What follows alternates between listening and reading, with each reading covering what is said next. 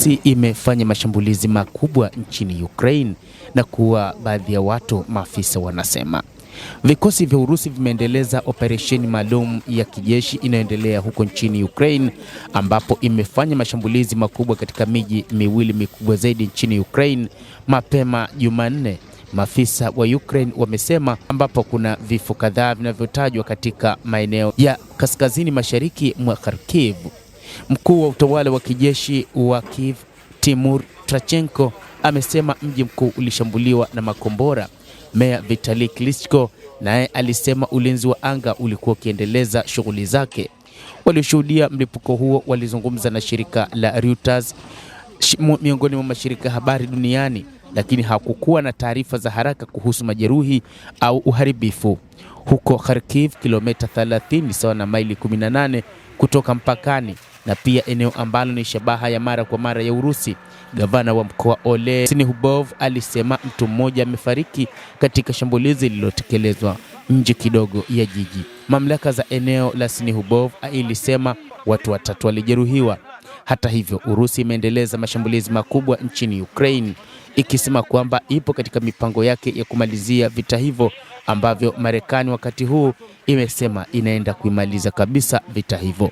Lakini miongoni mwa maswali ambayo yamekuwa yakiulizwa na wengi ni jinsi gani rais wa Marekani ataweza kumaliza vita hivyo ambavyo wakati huu bado vinaendelea, na kwamba mazungumzo ya kumaliza vita ni kama vile yamesimama. Urusi imesema iko tayari kumalizika kwa vita hivyo, lakini moja kati ya jambo ambalo imeeleza ni kwamba lazima NATO pamoja na Ukraine wakubaliane na mpango wa Urusi kwamba Ukraine haitoweza kujiunga na NATO, lakini pia iondoe wanajeshi wake katika maeneo inayoyadhibiti.